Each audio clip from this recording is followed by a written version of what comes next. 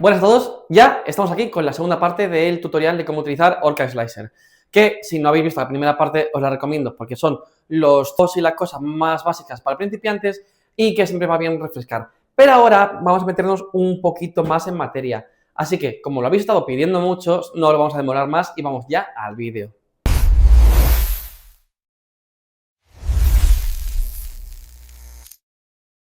El objetivo de esto es que al final acabes aprendiendo cómo utilizar el slicer, el laminador o el programa de corte como un profesional, desde las bases a los parámetros más avanzados. Y en este proceso también nos vamos a centrar en las optimizaciones para conseguir más solidez a la hora de enfocar el programa.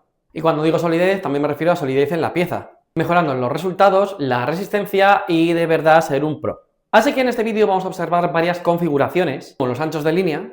Y con una pieza de material más ancho, de verdad puede mejorar mucho la solidez de tus piezas. También las posiciones de las costuras, o el seam, en inglés, para evitar puntos de fragilidad y defectos visuales. También vamos a hablar de la generación de paredes, los soportes y su optimización para despegarlos y no dejar defectos. La diferencia entre los distintos tipos de soporte, que es punto importante y genial si eres un principiante, y cómo conseguir al final lograr una superficie perfecta si cuentas con los soportes adecuados. Los brims y los raft, y barriendo para España decimos los bordes y las balsas, y la importancia de estos y cuándo utilizarlos. Y como pequeño spoiler os puedo decir que en piezas mecánicas es especialmente interesante utilizar estos parámetros para asegurar la máxima adhesión a la cama durante la impresión. Y como este vídeo está hecho con un montón de cariño, al igual que en el vídeo anterior, al final de este vídeo hemos añadido un detalle extra a modo de sorpresa. Lo llamamos modificadores. Y eso sí que te va a hacer ganar solidez en las piezas. Pero para eso no hagas trampas y quédate hasta el final del vídeo. Punto 1. Los anchos de línea. El primer punto que nos puede ayudar a ganar solidez en nuestras piezas es el ancho de línea. Pero ahora, ya lo hemos mencionado varias veces, ¿qué es este término? Pues es la anchura del plástico que tu impresora deposita en cada línea, en cada pasada. Y podemos ajustarlo, como se ve en Orca Slicer, en las capas iniciales. Las paredes exteriores, las paredes interiores, los rellenos. Un asunto que dejemos claro desde ya que, al igual que el primer vídeo, vamos a usar perfiles base, genéricos, estándares, NPCs. Primero que nada, lo que podemos observar juntos es que los parámetros y los valores presentes en este ancho de línea son mucho mayores que el propio diámetro de nuestra boquilla.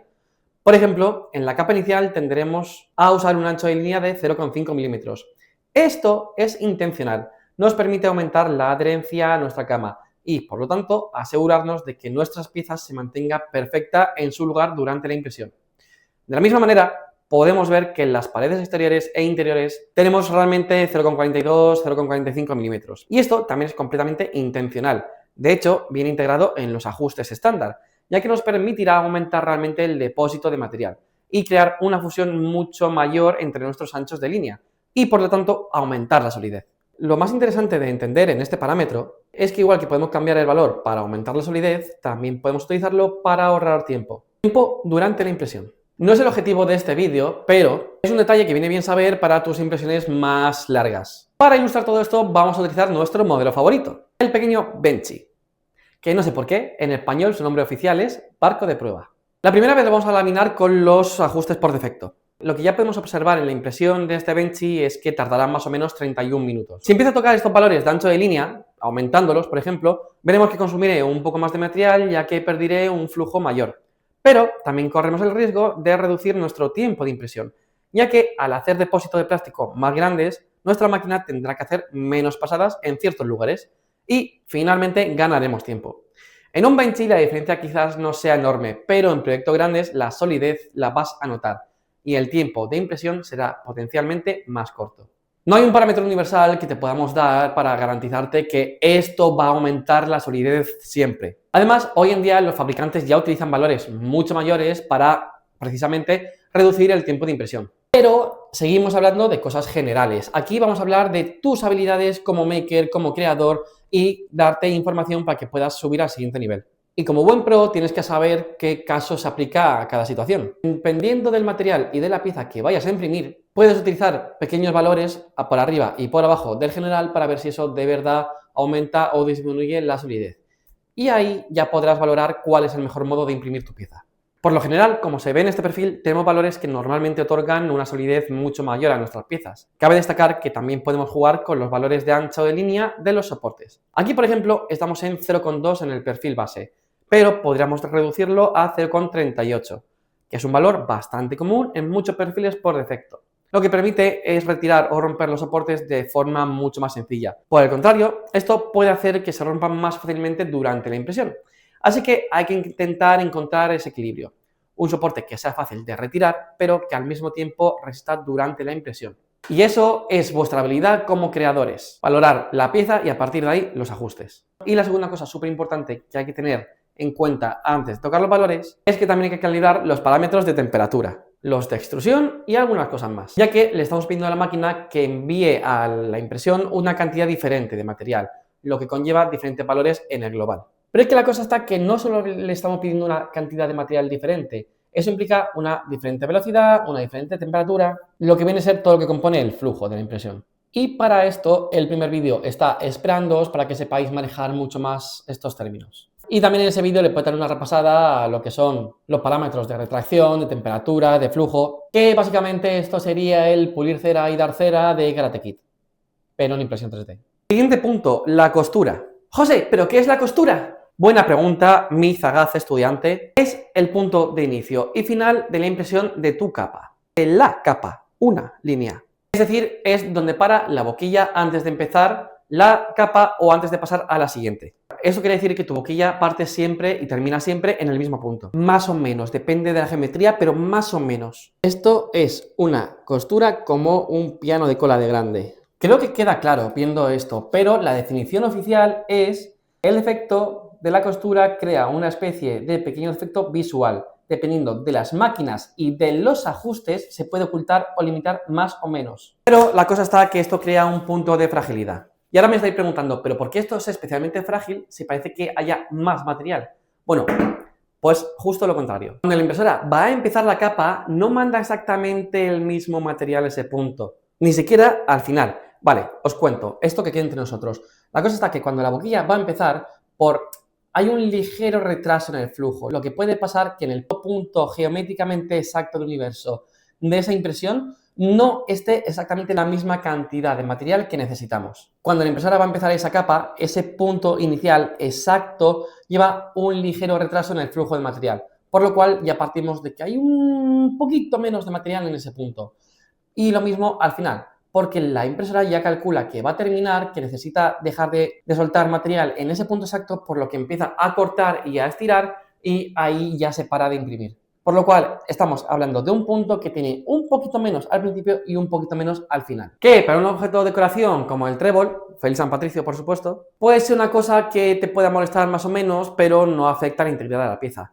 Ahora, para piezas mecánicas, que es donde sí que necesitas ser un profesional y manejar a la perfección un software como estos, puede ser un problema. Para paliar esto ya tenemos un gran método preparado para vosotros. En el primer vídeo, que siento ser pesado, pero que dimos un montón de información súper guay y súper útil, hablamos de una cosa que se llama el Pressure Advance, o sea, el avance de presión, para que nos entendamos un poco. Y también sobre la retracción hablamos un montón. Y esto, aunque sean pruebas y pueda parecer aburrido, es súper importante porque te va a permitir saber los parámetros exactos que tu impresora necesita para saber cuándo parar y terminar el proceso de sacar material, haciendo que cada pasada sea perfecta. Y también hay una segunda opción que se llama costura, que es específica para este punto. Y esto te permite gestionar la posición de la costura con técnicas más o menos avanzadas. Lo primero que podemos observar en Orca es la posición de la costura. Podemos ver que actualmente está en posición alineada. Y es efectivamente lo que encuentro en mi Benchy cuando lo lamino. La línea blanca muestra claramente que nuestra línea de costura está alineada. Orca Slicer me da libertad de colocar mi costura en mi pieza. En el menú desplegable tenemos varias opciones para ubicarla y esto puede ser muy interesante por dos razones. La primera, que ya lo he dicho, sigue siendo un defecto estético. Tener una costura visible no es la mejor cosa para una pieza que debería estar limpia. Aunque haya formas de ocultarla, sigue siendo un elemento visible y en nuestro caso, sobre todo, por la solidez. La costura sigue siendo un punto de fragilidad que podemos optimizar más o menos, pero el poder decidir completamente su ubicación nos permite desplazar potencialmente este punto de fragilidad a un lugar donde sea menos crítico. Típicamente en una pieza podemos tener una superficie funcional en el que bajo ningún concepto tiene que haber defectos en esa parte visible y por supuesto no tener puntos de fragilidad.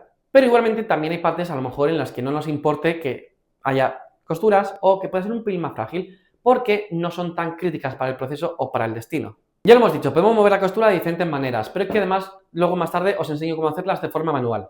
Si por ejemplo en mi Benchy considero que tengo un gran punto de fragilidad a lo largo de mi cabina y no me convence, puedo usar la opción aleatoria, que viene incluida en el laminador, y volver a laminar. Veremos que ha respetado lo que le pedimos, ha colocado puntos de costura por todas partes en nuestra pieza, estrictamente se va a notar. Al activarla lo que va a hacer es volver a laminar toda la pieza y veremos que ha respetado lo que le hemos pedido. Esta costura ha sido repartida aleatoriamente por diferentes capas por toda la pieza. Estéticamente se va a notar, pero en términos de solidez, que es lo que nos interesa hoy, ya no tenemos puntos de fragilidad alineados en el mismo sitio. Por lo tanto, no tenemos una zona frágil real. Solo tenemos pequeños puntos donde de vez en cuando faltará un poco de material. Esto aumentará la solidez de la pieza, pero a cambio tendremos defectos visuales por más sitios. En los otros modos disponibles tenemos el modo más cercano. Este modo tendrá un efecto un poco parecido al modo alineado, ya que intentará centralizar la costura más o menos en el mismo lugar, pero sin alinearlas, realmente en la misma línea vertical. Esto hace que se desplace los puntos de fragilidad y aumenta también la solidez. Ahora, si estamos muy apegados a la posición alineada porque se ve más limpio, porque se puede esconder más fácilmente o el motivo que sea, pero queremos seguir optimizando la solidez de nuestra pieza, tenemos la opción de costura interior desplazada. Al activar esto le decimos a Orca Slicer: entre mi pared exterior y mi pared interior no hagas la costura en el mismo sitio. Desplázalas unos milímetros. El efecto es tener un punto de fragilidad en la pared exterior y otro punto diferente en la pared interior, evitando que se alineen los dos, para que nuestra pieza no ceda fácilmente por ese lugar. Antes estábamos diciendo que la costura es el mismo punto al principio y al final. Vale, pues esta última opción lo que hace es separar ese punto en dos, cogiendo el punto inicial por un lado y el final por otro. Muy interesante si me preguntáis. Siguiente punto, generador de paredes. En este parámetro tenemos dos opciones, clásico y Aragne.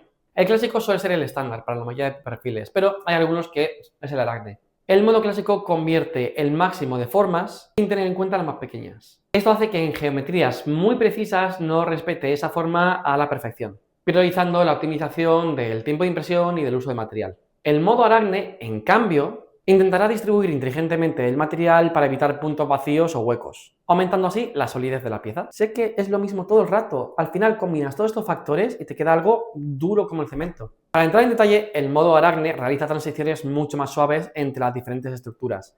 Las hace mucho más homogéneas y resistentes mecánicamente. Distribuyen mejor el material para que el esfuerzo mecánico se reparta perfectamente en las paredes y no tengamos puntos de fragilidad importantes. Esto limita las fisuras laterales o la delaminación entre capas. En conclusión, el modo Aragne es un modo más que interesante cuando queremos hacer piezas sólidas. El detalle es que necesitamos un poco más de tiempo porque tenemos que saber cómo calibrar la máquina, y para eso podéis ir al vídeo 1.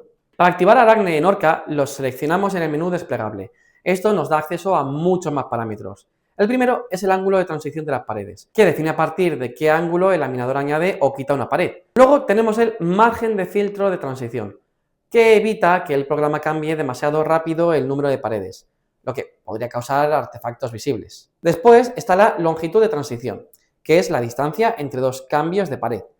Una transición más larga permite que sea más suave, mientras que una más corta ahorra tiempo, pero lo hace más brusca. Luego encontramos la distribución de paredes, la anchura mínima de paredes, que define el grosor más pequeño que el slicer puede imprimir, o el tamaño mínimo de las características, para ignorar un detalle o hacerlo imprimible. Y la longitud mínima de pared, que evita imprimir segmentos aislados demasiado pequeños. Todos estos ajustes de Aragne permiten una aplicación muy a medida. Y con esto pasamos a un punto más que interesante también, el orden de impresión de las paredes. En Orca Slicer, en la categoría calidad, vamos a paredes y superficie y ahí encontramos este ajuste. Y tenemos tres opciones a nuestra disposición. La primera es interior-exterior. Imprime las paredes internas antes de que las externas. La ventaja es una mejor adhesión de las capas internas, lo que significa mayor solidez. Y los voladizos quedan mucho mejor soportados. El inconveniente principal es que los acabados externos son regulares y las costuras serán mucho más visibles. El segundo modo es interior-exterior. Las ventajas son acabados externos mucho más limpios y una buena cohesión interna. Sin embargo, los inconvenientes son que los voladizos estarán menos soportados o menos sólidos y hay riesgo de deformación en zonas finas. El último modo es exterior-interior. Este es el modo más limpio posible, con superficies externas optimizadas y muy lisas. Por el contrario, tendremos costuras irregulares visibles y una peor adhesión de las capas internas. Claramente no buscamos solidez con este modo. Un pequeño modo extra, ojo, es el relleno primero. Imprime el relleno antes que las paredes. Empiezas con grandes voladizos, esto ofrece un mejor soporte, pero a veces puede deformar las superficies exteriores porque el relleno empuja las paredes hacia afuera. En resumen, diría que para piezas mecánicas ir mejor a interior-exterior. Pero si buscamos un equilibrio global entre solidez y estética, interior, exterior, interior es una excelente opción. A continuación tenemos que pensar en el número de paredes de nuestra pieza. En Orca Slicer esto está en la categoría solidez. Por defecto suele estar en 2. 2 paredes no es suficiente para nosotros, la verdad. Hace que las piezas mecánicas no sean sólidas. Esto es más una opción para prototipado rápido. Para piezas mecánicas yo diría que como mínimo usemos 4 o 5 paredes para asegurar un buen grosor. Y dependiendo del uso, si la pieza debe soportar mucha carga, aumentamos este número. Obviamente tomará más tiempo y consumirá más material, pero estamos buscando solidez. Ojo y repetimos. El segundo modo que podemos utilizar es el de paredes adicionales alternas. En la práctica, este modo hace un sándwich entre tu relleno y las capas internas de la pieza, lo que aumenta la resistencia. Para activarlo, solo hay que marcar la casilla correspondiente. Esta alternancia y fusión de capas aumentará drásticamente la solidez. El último modo de esta categoría es detectar paredes finas. Es una opción complementaria al modo Arachne para detectar las paredes más finas del modelo que vamos a imprimir. Luego podemos hablar de las carcasas superiores e inferiores, las de arriba y las de abajo, básicamente. Es el mismo principio que en los laterales. La pequeña regla que podemos aplicar es que el número de paredes de los lados debe ser el mismo para abajo y para arriba. Pero en la parte superior añadimos una capa extra.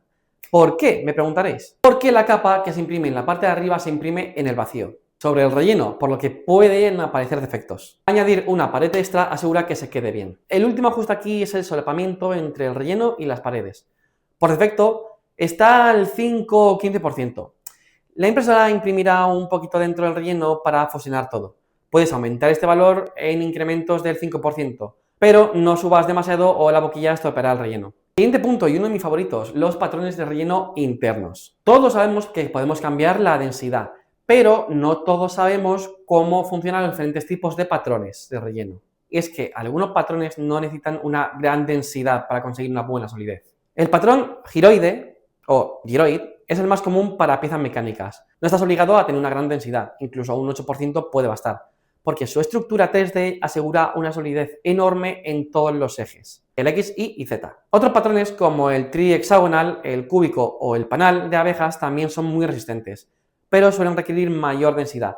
Por el contrario, patrones como el rectilíneo o el monotónico se imprimen más rápido, pero tienen menos resistentes. Si yo tengo que elegir basándome simplemente en la solidez, el giroide, por supuesto. En contrapartida, esto aumentará el tiempo de impresión, básicamente porque la máquina tiene que hacer muchas curvas. También hay que prestar atención a la orientación inicial de la pieza según la dirección del esfuerzo, ya que las capas se depositan solo en una sola dirección. En la sección relleno podemos gestionar la orientación del patrón, modificando los grados, para adaptarnos a la dirección del modelo. Y puede ser el más favorito para la gran mayoría, que son los soportes de impresión. En la categoría soporte puedes ajustar el tipo de soporte, normal, árbol, automático, manual. Los patrones normales crean grandes bloques de soporte. No son los más agradables de usar ni de postprocesar, pero son útiles para piezas pequeñas o para soportar superficies planas grandes a la perfección. Podemos usar el modo ajustado para adaptar la generación a la forma de la pieza. El soporte árbol da rodeos para no apoyarse en superficies que no lo necesitan. Por ejemplo, contornea la pieza en lugar de imprimirse sobre ella. Esto evita defectos visuales y consume menos material, aunque el tiempo de impresión sea un poco mayor. Para modelos resistentes, si la pieza no es muy compleja, los soportes normales van bien. Si es muy compleja o alta, el árbol será el mejor. Ahora bien, ¿cuál es la opción que tengo que tocar para optimizar todo esto y hacer que el soporte se... Tenemos el parámetro distancia Z superior y distancia Z inferior, que esto viene a ser la distancia entre el soporte y la pieza. Por defecto está en 0,2 milímetros. Si tus soportes son muy difíciles de quitar, aumenta este valor en pequeños incrementos. Por ejemplo, a 0,24 milímetros. También podemos reducir el ancho de línea de los soportes, por ejemplo, a 0,38 milímetros. Todo esto para hacerlos más quebradizos, pero sin pasarse para que no se rompan durante la impresión. Para obtener una superficie perfecta encima de los soportes, jugamos con las capas de interfaz. Podemos aumentar el número de capas de interfaz y reducir el espacio de la misma. Ejemplo de 0,5 a 0,25 milímetros. Y esto para obtener un resultado mucho más fino y liso. En cuanto a la colocación manual, podemos usar la herramienta Pintar soportes. Clic izquierdo para autorizar el soporte, clic derecho para prohibirlo. Es súper interesante para limitar el número de soportes inútiles que genera el software y hacer un trabajo a medida. Y ahora, como último punto, tenemos el BRIM, el archiconocido BRIM. El BRIM no es más que un borde que es una extensión de nuestra primera capa alrededor de la pieza para asegurar una mayor adhesión a la cama. Orca Slicer lo gestiona automáticamente, en general con 5 milímetros de grosor. Para piezas mecánicas o grandes proyectos en ABS o ASA, donde no queremos que haya defectos por warping. Es otro término súper conocido que significa que la pieza se despega de la cama. Y por supuesto, no dudes en aumentar este borde a 10, 15 o 20 milímetros cuando sea necesario. Podemos colocar este borde en el exterior, en el interior o solo en las esquinas, ya que el warping empieza generalmente en las esquinas de la pieza. La distancia entre el borde y el objeto suele ser de 0,1 milímetros, pero se puede aumentar ligeramente a 0,15, 0,2 milímetros si te cuesta mucho retirar el BRIM. Vale, y ahora el bonus de este vídeo, que son los modificadores. Esto es la opción que te permite modificar puntos específicos de tu pieza de forma aislada. Por ejemplo, lugares donde pueden ir luego tornillos, que es una impresión, sería un punto de fragilidad, pues podemos añadir modificadores. En el menú Preparar, hacemos clic derecho en la pieza. Añadir un modificador, cubo, cilindro, esfera, etc. Lo posicionamos en las zonas críticas. Luego, en el menú de la izquierda, podemos elegir específicamente para esa zona aumentar el número de paredes. Por ejemplo, a 5. O la densidad del relleno al 25%. Sin tener que aplicar esto a toda la pieza. Esto incrementa la resistencia de forma muy localizada. También podemos usar el relleno cúbico adaptativo para ahorrar material en las zonas vacías de la pieza. Existen además las alturas de capa adaptativa, para variar la finura de impresión según la zona o incluso usar los modificadores para crear texturizado, que como todos sabéis son superficies irregulares en un punto concreto. Pero también podemos modificar la velocidad de impresión para un voladizo difícil o cambiar el orden de impresión de las paredes localmente. Es realmente muy fácil de implementar e impacta drásticamente en el tiempo de impresión y también en el consumo del material. Y al final lo que vas a tener es una pieza mucho más sólida. En conclusión, con todo esto que hemos hablado, ahora sí que todos somos capaces de crear una pieza ultra sólida y que es súper resistente, lo cual también es que va a ser súper resistente a todo lo que le eches encima, en cualquier material y a cualquier diseño al que queráis enfrentaros. Y estoy seguro de que ya todos podéis conseguir acabados súper limpios, súper profesionales, súper resistentes. Si este vídeo te ha gustado, no dudes en dejárnoslo en los comentarios y estamos aquí para cualquier consulta o duda técnica que puedas tener. Sobre todo porque en el programa que estamos haciendo aún nos queda una tercera parte y cuanto más atención y cariño reciba este vídeo, antes la vamos a sacar. Así que no dudes en interactuar con el botón me gusta y avisarnos de cualquier cosa que necesites. Yo soy José de Polyfab 3D, nos vemos.